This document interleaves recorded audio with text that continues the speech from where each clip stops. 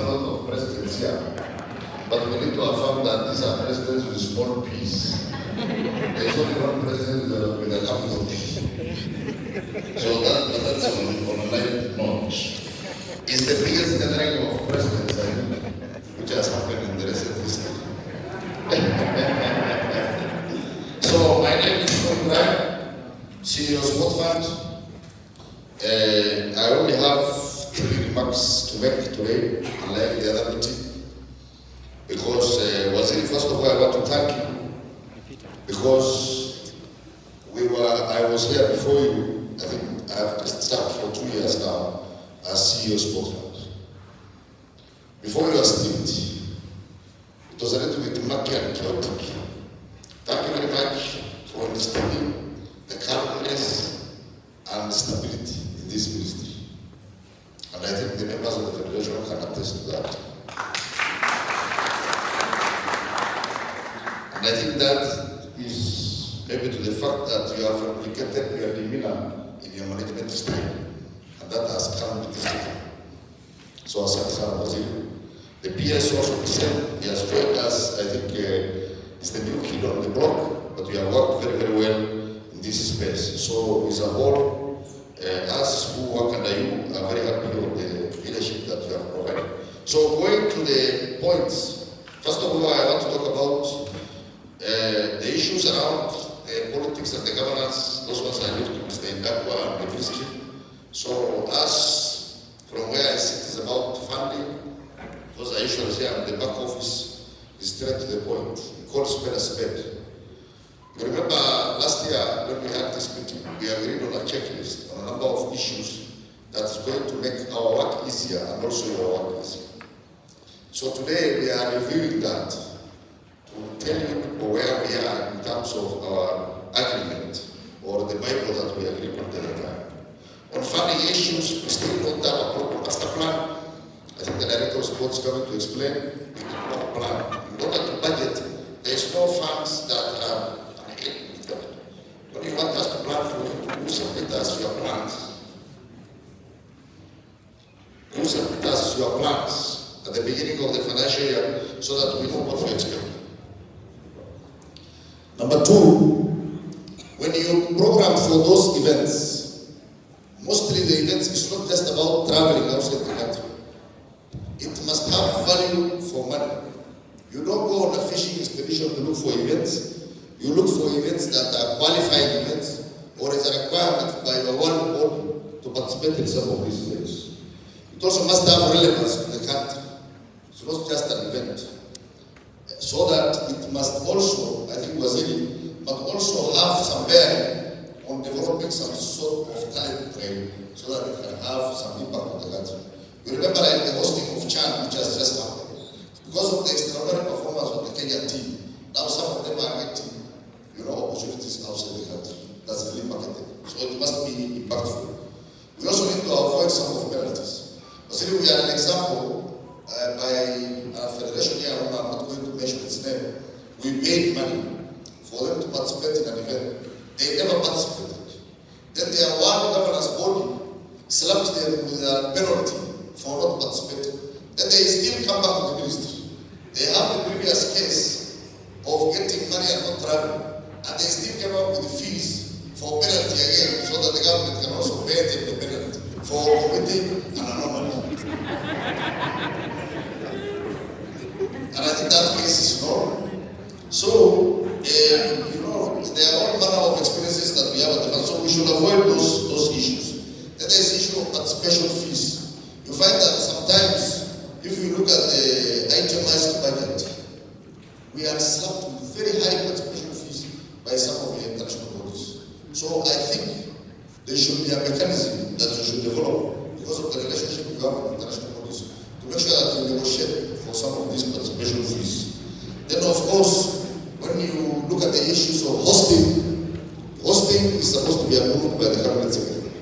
But I think you just don't go and invite people here. Sometimes we pay expenses for people to come and teams from outside the country to come and participate here.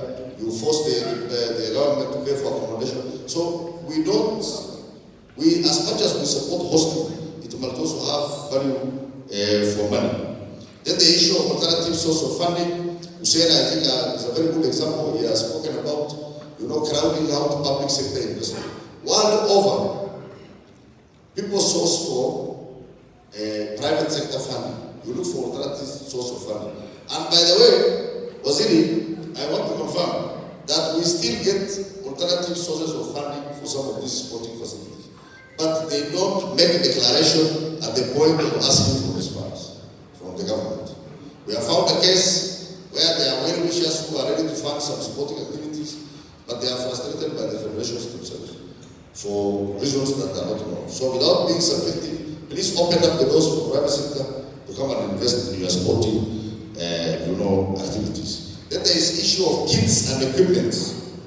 Every funding request that comes to the fund has a request for provision of kits and equipment. I don't know how fast they were and the tear is, but a team goes to Morocco today, next month it needs to go to Tunisia, they need new kits. Is it that some of these games or activities they participate in are so intense that the kids go worn out in the first, in a single match? So we need to tell on that. But some highlights that we need to mention is that Waziri has spoken about enhanced allowances by this regime, but that requires some few, administrative issues to be addressed, because it not just happen overnight. It is a presidential directive we need to appreciate, but there are some documentation. There are some government bodies like SRC needs to make approvals for those. As you are aware, last year we cleared cash awards from 2011 up to date. We have been having pending cash awards for all those years. Even some were made declaration by Mike Kibaki, which were never paid. But we have made sure under the regime of William Samoei Ruto to make sure that all cash awards that are won by our athletes has been paid. The few ones that are remaining are being worked on and will be paid in the next few weeks. There are issues relating to travel itinerary. We always have you wanting to late submission of request. When you submit your request very late, air tickets prices depend on the time of bookings.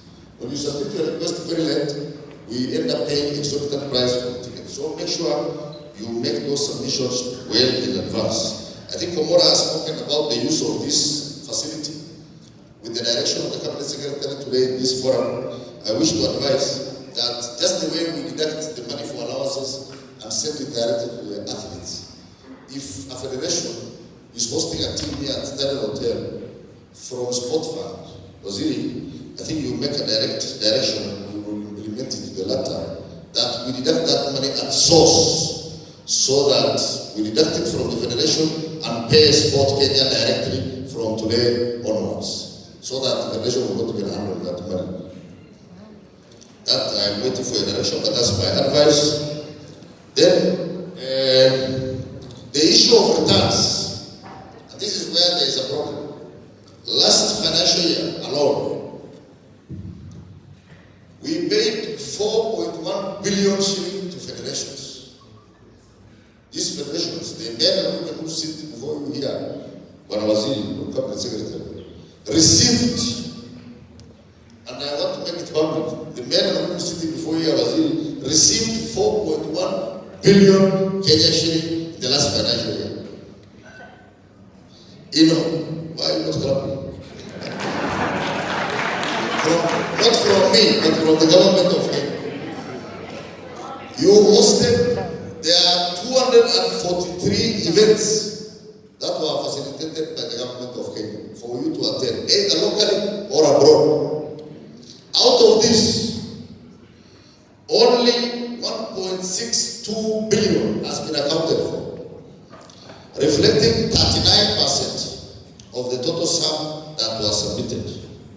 So the returns for the events that happened is only 78 events out of 243 that were accounted for. So the rest, from where I sit, it looks like it is unutilized funds. The law says, in case funds are utilized, you return them back to Sport Fund.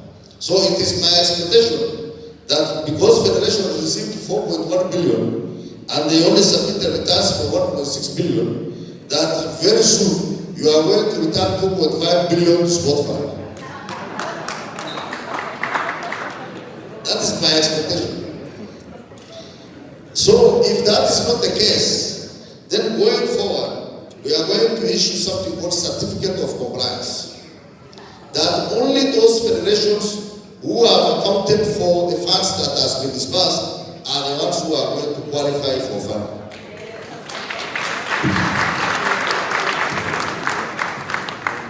And it is not just a pronouncement. I'm appealing to my cabinet secretary, because he's the only one who is authorized to make that kind of a decree. But I'm advising this federation, we have spoken to them to give returns. They will never listen. Now, Waziri, with your permission, I will now be giving certificate of compliance as a condition in the checklist for another family. Tumekubaliana? Orisheni Waziri kwa mshahara ya mkono ya kwamba without certificate of compliance, without returns, you don't need any funding. Sasa Waziri wamesema wenyewe. So,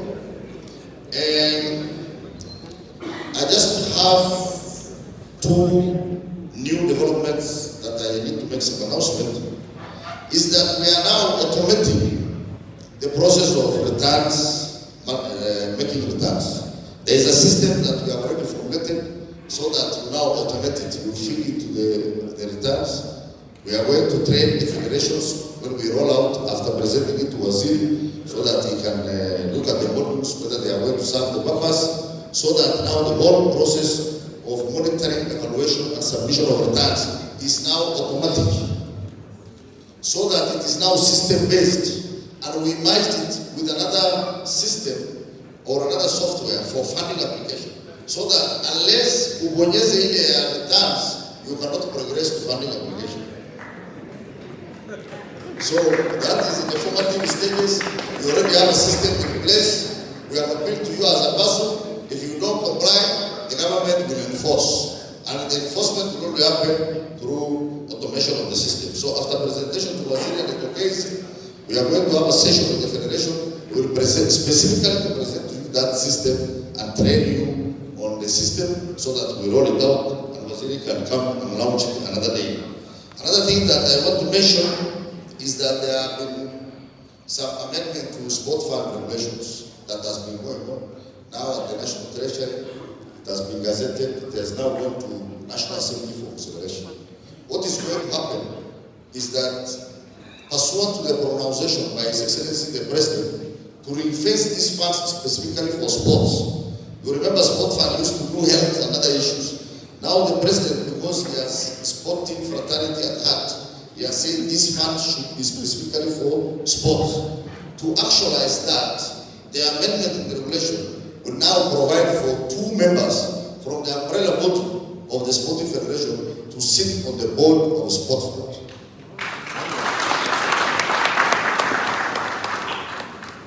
So, good things are coming, but it is always expected that with these good things that the government is doing for you, you must reciprocate it by making sure that there is discipline, there is financial prudency, and there is value for money in the investment that the government is making. With those 4 remarks, Waziri, I beg to sit.